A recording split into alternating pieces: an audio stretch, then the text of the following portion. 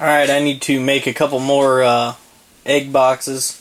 And I thought I would shoot and explain how I do my egg boxes as I go. Well, just one of them.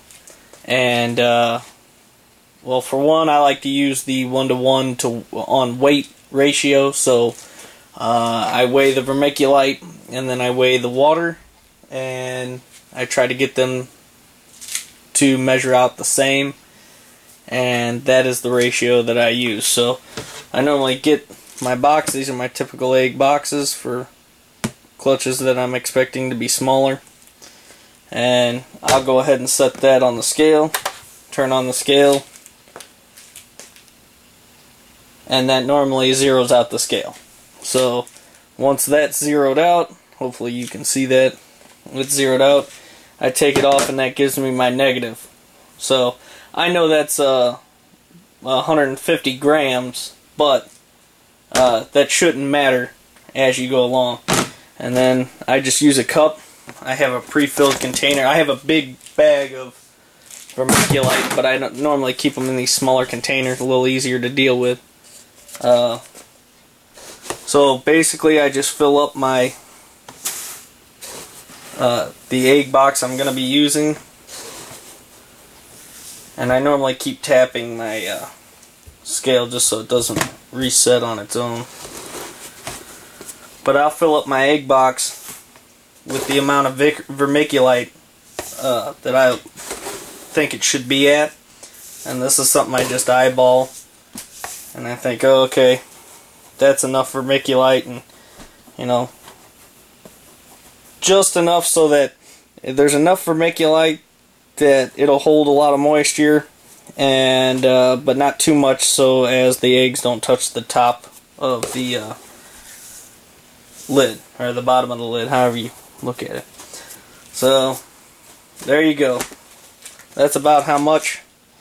Let's see. That's about how much vermiculite I like to use at about the level of the line on these particular boxes.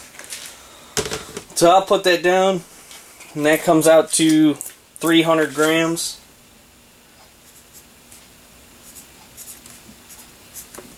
Of vermiculite, so I know that I don't know how I got a perfect 300. That's pretty cool. But now I know I need 300 grams of water. So what I'll do is I'll take this box, I set it off to the side, and then I will zero out my cup. Let me make sure it's empty.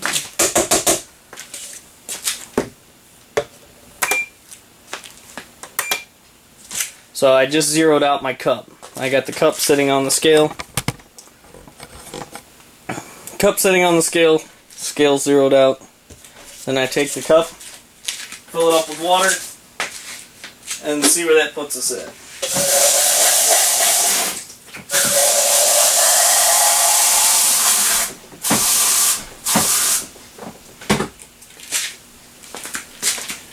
This is going to be too much.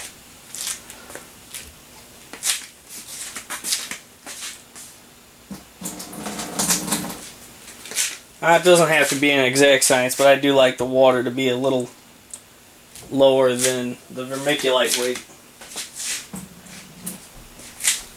I think I overdid it on that one. Oh yeah, that's going to be horrible.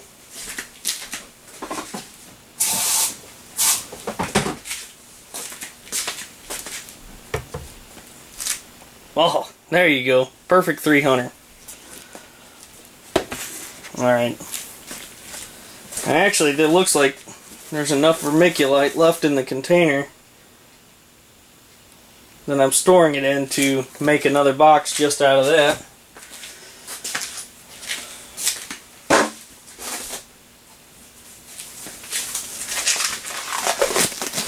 Now, I normally use rubber gloves. You can call me a wuss if you want to. Normally use rubber gloves when I'm mixing in this substrate.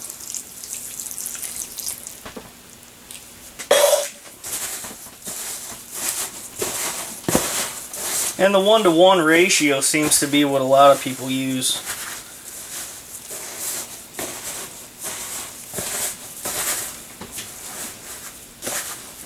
And I also use the no holes method. So there are no air holes in my egg boxes, and I normally cover up the box with this press and seal saran wrap. Well, Glad, whatever.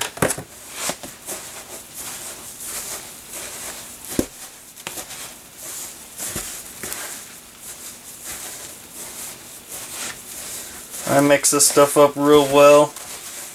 Try to get all the crap out of the sides. Make sure that water runs through the majority of this vermiculite. I don't even know if this is showing up. I didn't flip around the screen, so I might have to review this and possibly shoot me making a different egg box if this doesn't turn out.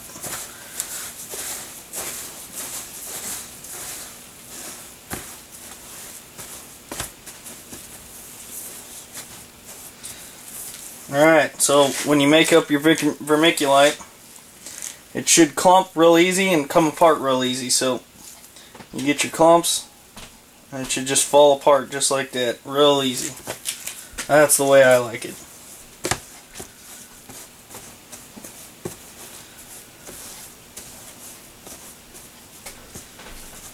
I tried 1 year of using the I think it's called light bulb diffuser material, the grid stuff in the top, and that year I had a lot of eggs go bad. Now it may not have anything to do with those, but I don't use those little grids anymore.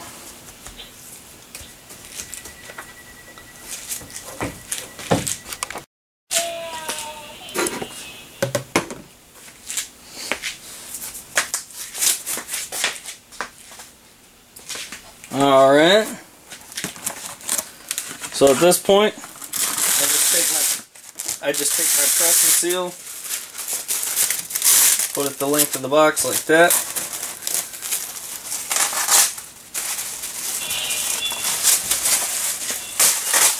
and rip it out.